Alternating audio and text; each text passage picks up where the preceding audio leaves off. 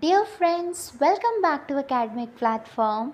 I'm Megha Devari. So friends, today in this lecture, I'm going to discuss about the second part of marketing management.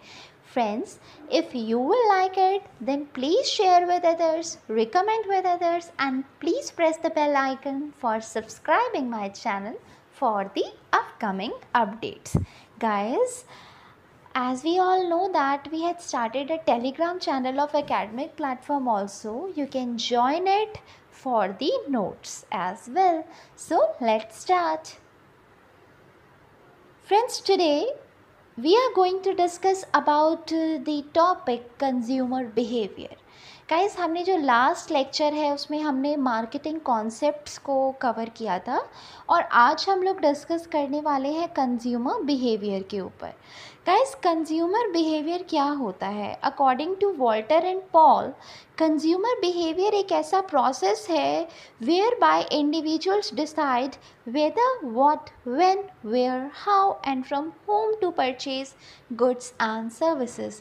Yes friends, consumer behavior means कि हमारी actually में needs क्या है, हमारी wants क्या है, हमें किस तरह की कॉमोडिटीज़ को परचेज़ करना है, किस तरह की सर्विसेज को अवेल करना है जो अल्टीमेटली हमें सेटिस्फेक्शन प्रोवाइड करे.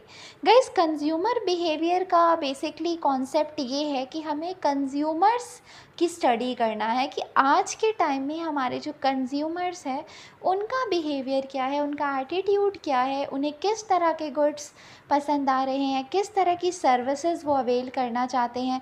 Because as we all know that according to the modern concept of marketing, consumer is considered to be the king of market. तो यहाँ हमें सबसे ज़्यादा फोकस अपने कंज्यूमर्स पर करना है. Guys, it is the study of various individuals, groups, organisations जो कि एसोसिएट होते हैं गुड्स एंड सर्विसेज को डील करने में. गाइस, कंज्यूमर बिहेवियर के अंदर हम स्टडी करते हैं बहुत सारे ग्रुप्स की, इंडिविजुअल्स की, ऑर्गेनाइजेशंस की, जहां हमें पता चलता है कि गुड्स एंड सर्विसेज की किस तरह से डिमांड चल रही है. Friends, next topic is steps in buying process. Guys, जब भी हम कोई प्रोडक्ट खरीदने जाते हैं एज अ कंज्यूमर सोचिए, बिकॉज यहाँ हमने टॉपिक लिया है कंज्यूमर बिहेवियर. तो सपोज़ मान लीजिए कि आप एक कंज्यूमर हैं. गाइस, कंज्यूमर यहाँ पर सब लोग हैं बिकॉज कोई ना कोई गुड खरीदता है, सर्विसेज अवेल करता है. तो यहाँ हम कुछ स्टेप्स की बात करेंगे और ये जो हमारा स्टेप्स है ये सिर्फ क्रोनोलॉजिकल ऑर्डर में ही होगा. It should be in systematic manner. Guys, सबसे पहला जो हमारे कंज्यूमर का स्टेप होता है किसी भी प्रोडक्ट या सर्विसेज को अवेल करने से पहले, that is need recognition. As a consumer सबसे पहले हम सोचते हैं कि हमारी एक्चुअली में नीड्स क्या हैं, वांट्स क्या हैं. फ्रेंड्स, नीड्स मीन्स हमारी ज़रूरतें एंड वांट्स का तो कभी कोई दी एंड नहीं है because multiplication of human wants is the basic fact of our life. We always pine for what is not, and it keeps growing and growing as our income rises. Yes friends, guys, हमारा क्या होता है कि recognizing the need or desire for something which will give satisfaction on consumption. Actually में हमें सबसे पहले focus करना पड़ता है कि हमारी नीड्स क्या हैं, हमारी वांट्स क्या हैं जो अल्टीमेटली हमें सेटिस्फैक्शन प्रोवाइड करेगी. And the intensity of need determines the priority list of consumers. Guys, कई बार हमारी कुछ ऐसी अर्जेंट नीड्स होती हैं जिनको हम कभी भी पोस्टपोन नहीं कर सकते. गाइस, जैसे वांट्स हैं, वांट्स का तो कभी कोई दी एंड है ही नहीं. आज आपके पास अच्छे से अच्छा मोबाइल है, कल को कुछ नया मार्केट में लॉन्च होगा तो आपका जो बेसिकली विलिंगनेस होती है आपको उस मोबाइल फ़ोन को ख़रीदने की ज़्यादा होती है, जो कि नेचुरली होता है और हर किसी के साथ होता है.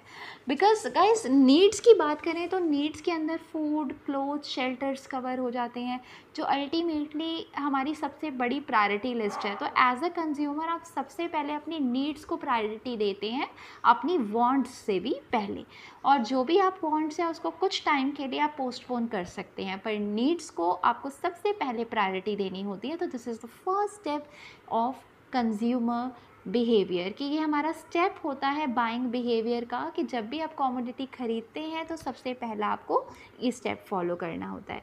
Guys next is information search.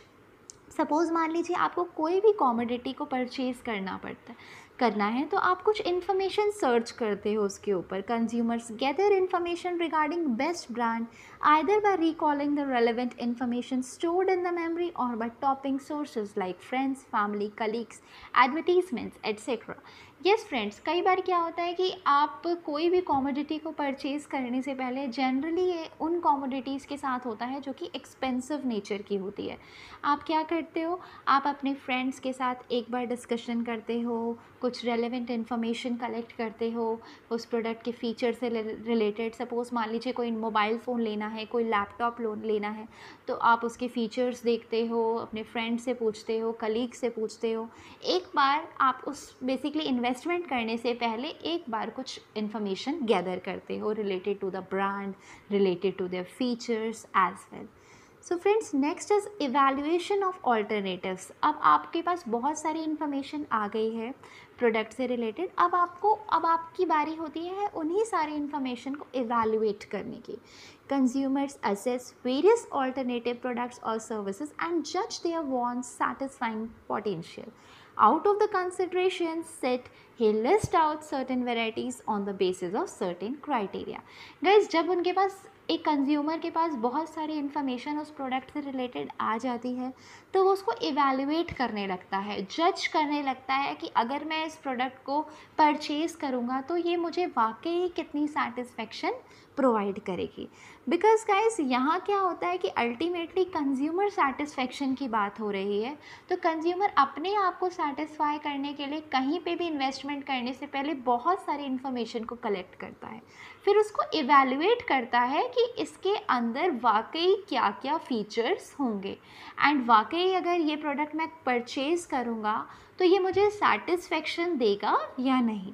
Guys similarly next point is purchase decision. अब जब वो इवैल्यूएट कर लेता है तो अब बारी आती है परचेज़ डिसीजन लेने की कि क्या मुझे ये कॉमोडिटी को परचेज़ करना चाहिए या नहीं।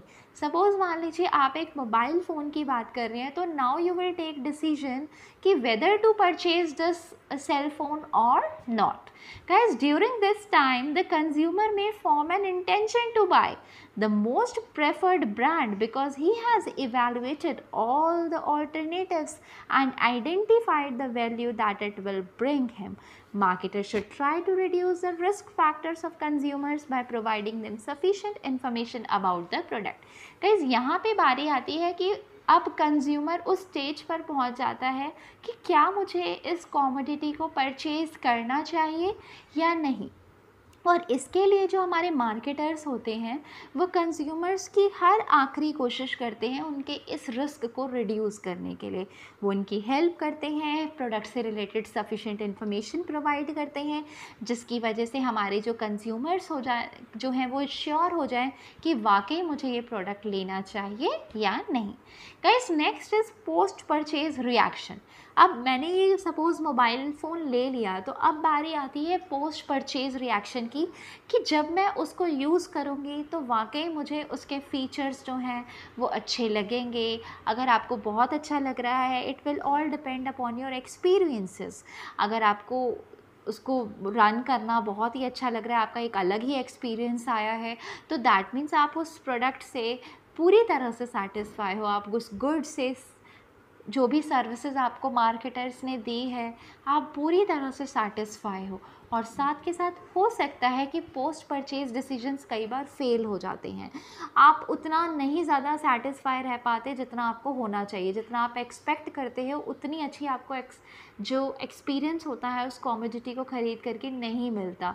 तो इट मीन्स कि आप वो नेक्स्ट टाइम कभी भी डिसाइड नहीं करोगे परचेज़ करने का। तो guys this is the steps कि हमें इन स्टेप्स को फॉलो करना पड़ता है, तभी आपको पता चलता है कि बाइंग बिहेवियर के अंदर किन किन स्टेप्स को आपको प्रॉपरली फॉलो करना है। Guys please remember it should be in chronological order, आप इसको बार बार शफल नहीं कर सकते। So friends, next is types of buying behaviour. Guys, सबसे पहला हमारा बाइंग बिहेवियर होता है complex buying behaviour. Guys, this means कि this type of buying behaviour is related to purchase of an expensive products. Guys, यहाँ पे क्या होता है कि कॉम्प्लेक्स बाइंग बिहेवियर नाम से ही पता चल रहा है, ये हमारे कंज्यूमर्स के कुछ ऐसे बिहेवियर होते हैं जब वो कॉमोडिटीज़ परचेज़ करता है जो कि काफ़ी एक्सपेंसिव नेचर की होती है, जो काफ़ी एक्सपेंसिव होती है। इसके ऊपर वो बहुत ज़्यादा एफ़र्ट्स भी लगाता है, टाइम भी लगाता है, बिकॉज़ उसको कई तरह के ब्रांड से उसको कंपेयर करना पड़ता है। जैसे best example mobile, laptop, computers. Guys, यहाँ पर हम लोग क्या करते हैं, जब भी हम कोई भी एक्सपेंसिव प्रोडक्ट ख़रीदते हैं तो उसके ऊपर बहुत एफ़र्ट्स लगाते हैं, एक्स्ट्रा एफ़र्ट्स लगाते हैं उस प्रोडक्ट से रिलेटेड इन्फॉर्मेशन को कलेक्ट करने के लिए, ब्रांड को कंपेयर करने के लिए हमारा बहुत ज़्यादा इसमें टाइम जो होता है वो कंज्यूम होता है। And buyers do not have much knowledge about these products, क्योंकि ये हमारे रोज़ के तो प्रोडक्ट्स नहीं है जो आप डेली लाइफ में यूज़ कर रहे हो।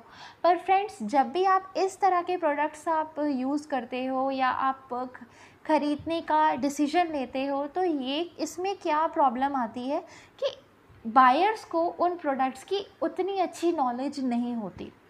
तो जो भी नॉलेज होती है वो किसी कोई एक्सपीरियंस पर्सन जो उसको यूज़ कर रहा है काफ़ी टाइम से, वो प्रोवाइड करता है, या हमारे मार्केटर्स हेल्प करते हैं कंज्यूमर्स के रिस्क को रिड्यूस करने के लिए।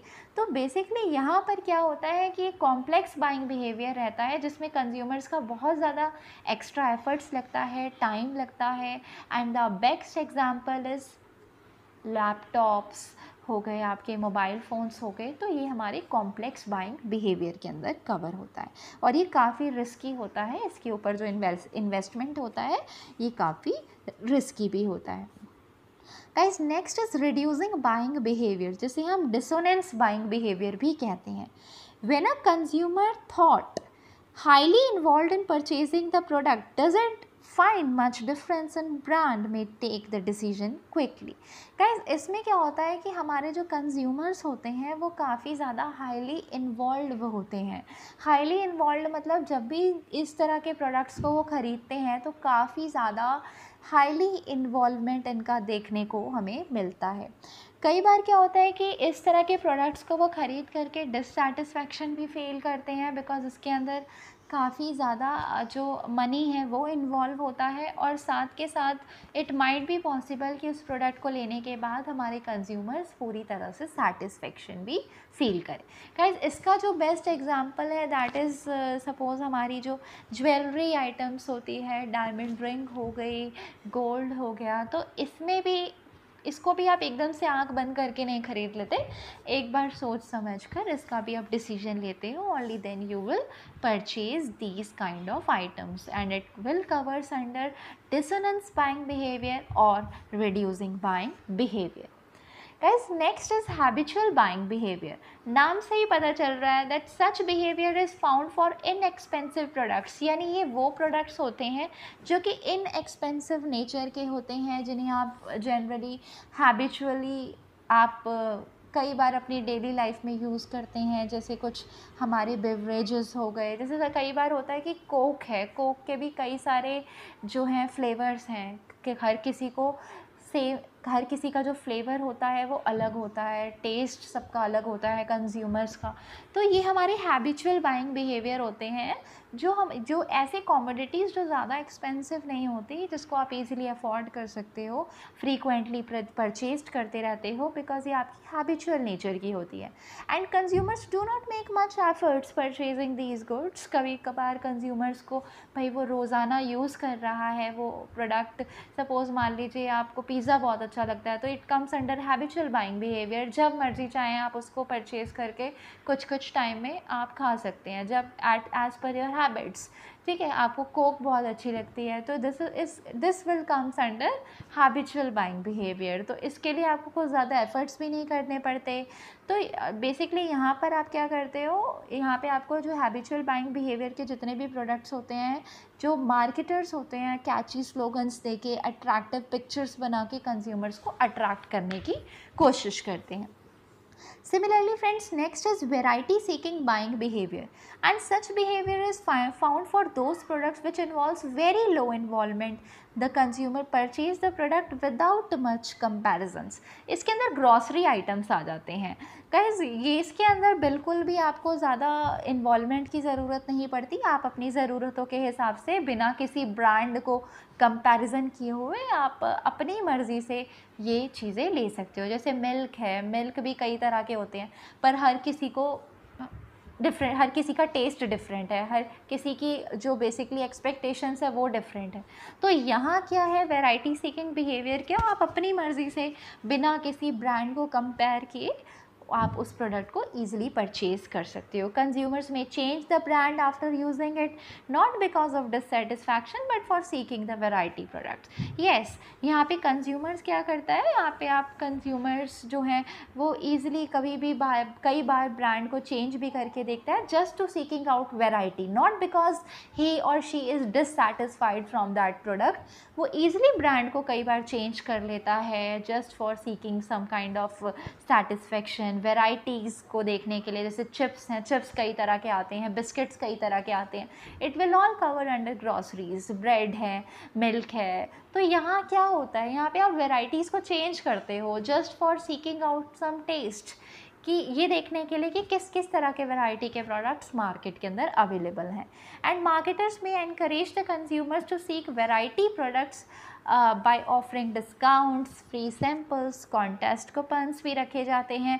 ये सब क्यों होता है, just to attract our consumers. उनको डिस्काउंट्स दिए जाते हैं, फ्री सैम्पल्स प्रोवाइड किए जाते हैं, कॉन्टेस्ट कूपन्स जो हैं, ये सब चीज़ें ऑफ़र की जाती है ताकि हमारे जो कंज्यूमर्स हैं वो अट्रैक्ट हो सके।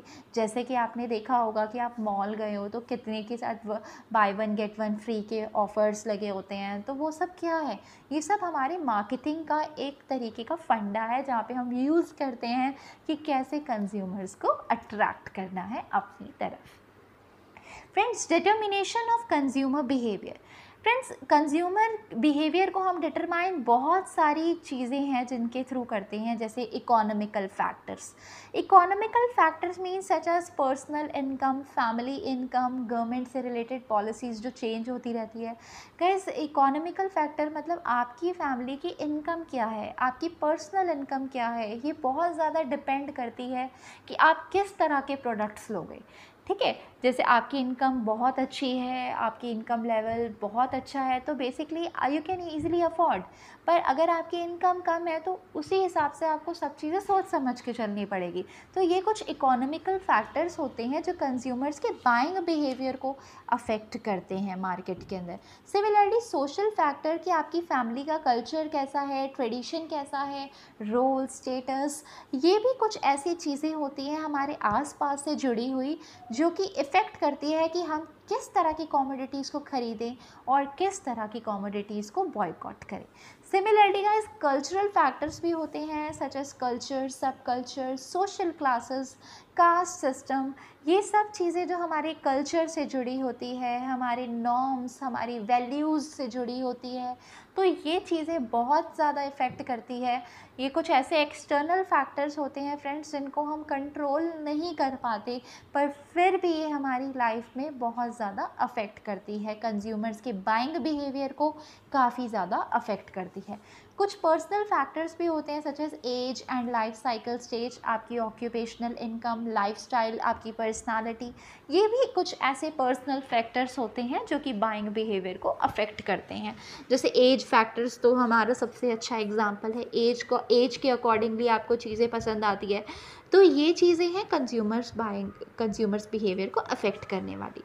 Similarly, psychological factors such as motivation, perception, learning, beliefs, attitude, तो ये कुछ ऐसे फैक्टर्स देखने को मिलते हैं जो हमारे कंज्यूमर्स बिहेवियर को बेसिकली अफेक्ट करते हैं positively as well as adversely.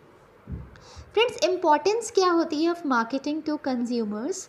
Increase in marketing knowledge to consumers. Friends, yes, यहाँ हमारा फोकस होता है अल्टीमेटली कंज्यूमर्स के ऊपर, तो यहाँ हमें उनको अच्छी से अच्छी नॉलेज कैसे प्रोवाइड करनी है, प्रोडक्ट से रिलेटेड, सर्विसेज से रिलेटेड, ताकि वो बिल्कुल कंफ्यूज्ड ना हो और ईज़िली क्विकली अपने डिसीजंस को ले पाए।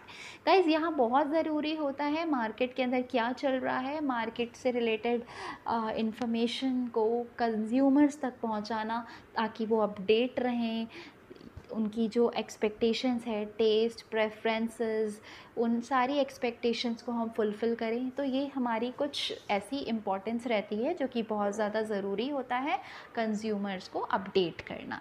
Second is facilitate choice, availability of products in different varieties. Yes friends, guys जो कंज्यूमर्स होते हैं ये जो होते हैं फैसिलिटेट करते हैं चॉइस को।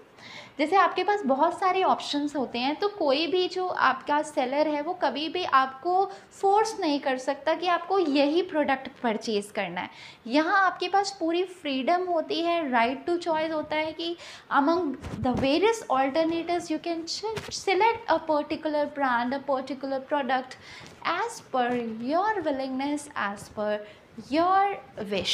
तो गाइज़ ये भी एक बहुत ज़्यादा फैक्टर होता है जो कि बेसिकली मार्केटर्स जो हैं वो हेल्प करते हैं कंज्यूमर्स को उनकी चॉइस को फैसिलिटेट करने के लिए, अवेलेबल करके प्रोडक्ट्स को डिफरेंट वैरायटीज़ के साथ, ताकि आप कोई भी प्रोडक्ट मार्केट से ईजिली परचेज़ कर सकते हैं। Next is availability of good quality products. Yes friends, अगर हमारे मार्केटर्स कंज्यूमर्स को अच्छी क्वालिटी के प्रोडक्ट्स देंगे, अच्छी सर्विसेज प्रोवाइड करेंगे, तो ये सबसे अच्छा बेनिफिशियरी रहता है उन कंज्यूमर्स के लिए। कंज्यूमर्स को सबसे ज़्यादा सेटिस्फेक्शन इसी से मिलती है, बिकॉज अगर कंज्यूमर्स किसी भी जगह पे अपने पैसे इन्वेस्ट कर रहा है और उसको गुड क्वालिटी का प्रोडक्ट मिल रहा है, एक्सीलेंट क्वालिटी का मिल रहा है, वो पूरी तरह से सेटिस्फाई है, उसको आफ्टर सेल सर्विसेज भी दी जा रही है, उससे फीडबैक भी दिए जा रहे हैं, फीडबैक भी लिए जा रहे हैं कि आपको कैसा लगा इस प्रोडक्ट को यूज़ करके। तो फ्रेंड्स ये एक बहुत ही अच्छी चीज़ होती है, because good quality of products and services तो हर मार्केटिंग सेक्टर्स को देनी चाहिए, तभी आप लॉन्ग रन तक सर्वाइव कर पाते हो एक कॉम्पिटिटिव मार्केट के अंदर। फ्रेंड्स नेक्स्ट जो है is stable prices. It helps in to stabilize the price of products in order to meet the demand and supply. Guys आपके प्राइस जो होते हैं वो बिल्कुल स्टेबल होने चाहिए।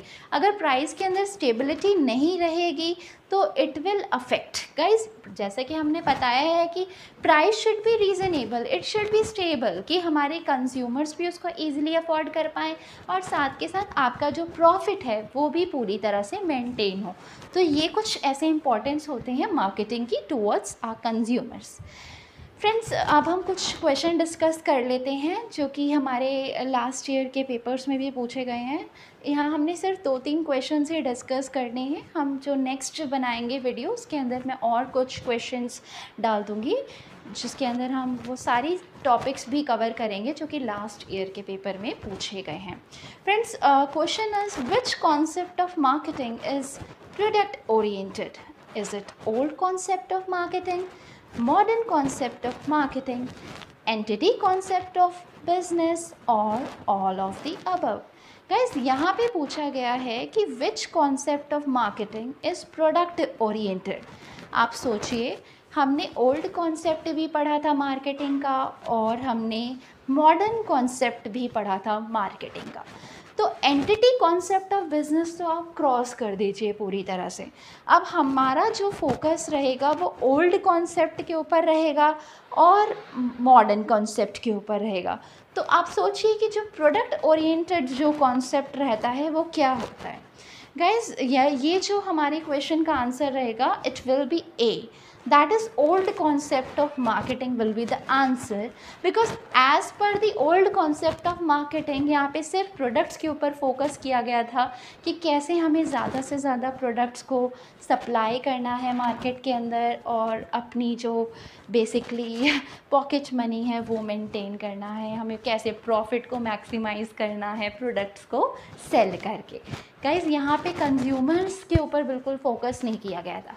सिमिलरली न्यू कॉन्सेप्ट जो था वो हमारा कंज्यूमर्स ओरिएंटेड था।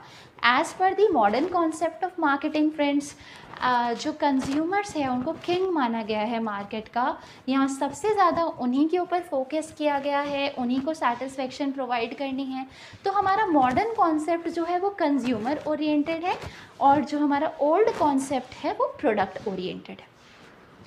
Friends, which of the following statement is true?